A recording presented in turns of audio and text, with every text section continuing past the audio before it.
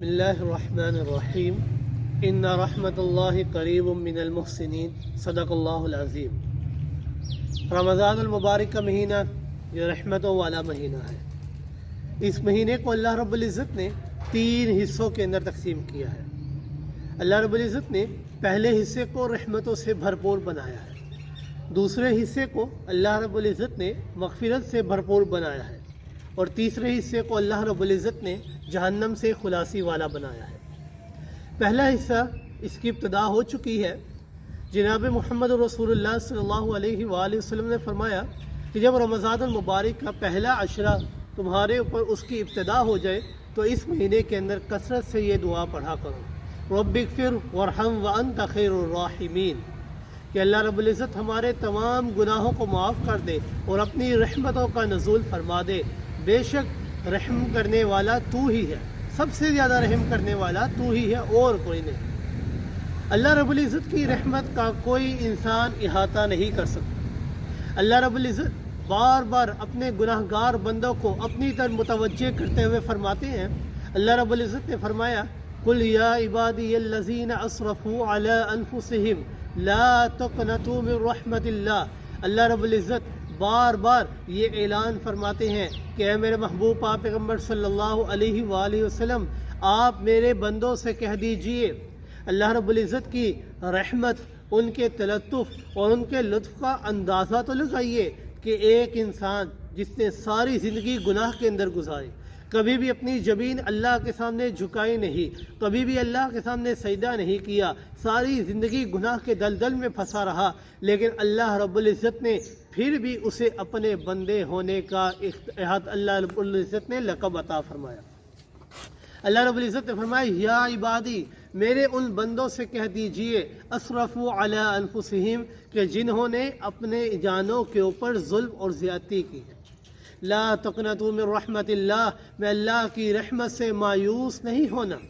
ان اللہ یغفر الذنوب جميعا، کیونکہ اللہ رب العزت انسان کے تمام گناہوں کو معاف کر دیں گے، انہ هو الغفور الرحیم، کیونکہ وہی معاف کرنے والے نہایت رحم کرنے والے۔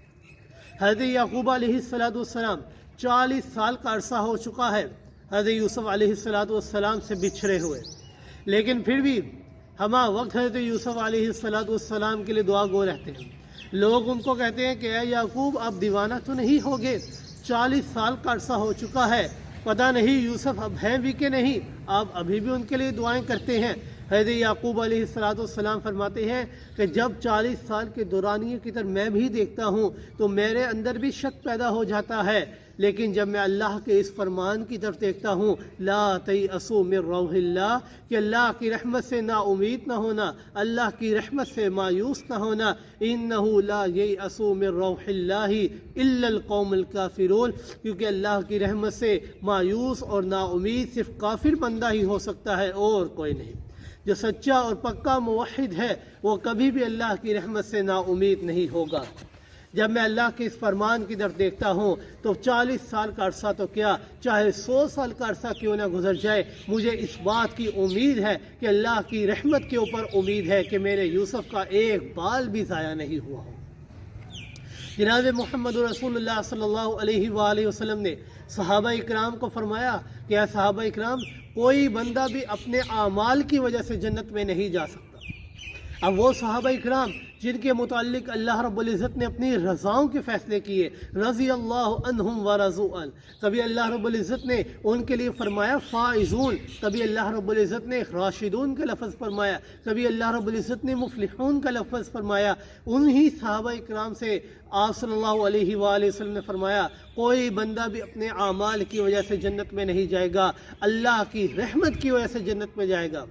صحابہ اکرام میں سے بعض صحابہ کھڑے ہوئے اور فرمانے لگے یا رسول اللہ صلی اللہ علیہ وآلہ وسلم آپ بھی؟ تو آپ صلی اللہ علیہ وآلہ وسلم نے فرمایا نعم، جی ہاں، میں بھی اپنے اعمال کی وجہ سے جنت میں نہیں جاؤں گا، میں بھی اللہ کی رحمت سے ہی جنت میں جا سکتا ہوں، کیونکہ اللہ کی رحمت سے ہی انسان کے کام بنتے ہیں۔ اور اللہ رب العزت نے جس وقت اس دنیا کو بنایا اسی وقت سے اللہ رب العزت نے اپنے عرش کے نیچے موٹے حروف کے ساتھ لکھ دیا ہے ان رحمتی سبقت علی غضبی، میں اللہ کی رحمت میرے غضب کے اوپر حاوی ہو چکی ہے، لہذا لہذا یہ پہلا عشرہ یہ رحمتوں سے بھرپور عشرہ ہے، لہذا جس قدر ہو سکے اس رحمتوں والے عشرے سے خوب استفادہ حاصل کریں۔